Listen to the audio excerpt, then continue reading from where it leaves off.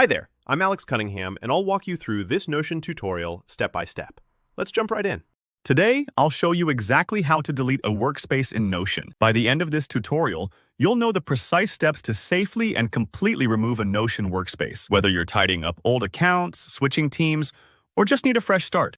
Let's jump right in, and I'll walk you through it one step at a time. All right, our first stop is the Notion website. Open up your browser and head to Notion.com. It always feels reassuring to start right from the official site. It helps avoid any confusion about versions or settings that might not match up with the app. Once you're there, look for the Login button. Click on that and enter your credentials like usual. If you're already signed in, you might zip straight to your main dashboard, but if not, just pop in your email and password, and you'll land inside your Notion space. Now that you're inside, take a look at the top left corner of the Notion interface. You should see either your profile photo or your name, and that's your launchpad for account controls. Go ahead and click on your profile name. This drops down a handy menu that lets you jump to various account options. From here, select Settings. Think of this as the control room for your entire Notion experience. It's where you can tweak, adjust, or, in our case, take big actions like deleting a workspace. Sometimes finding the settings can feel like hunting for the light switch in a new house, but in Notion, it's tucked right under your profile.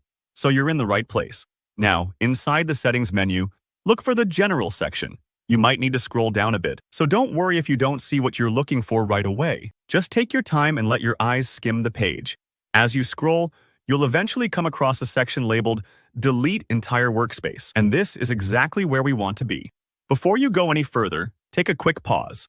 Deleting a workspace will permanently remove all content, members, and settings associated with it. So make absolutely sure you're ready for this step. If you've double-checked and want to move forward, Notion adds a little safety check here. To confirm, Notion will ask you to type in the exact name of the workspace you're deleting.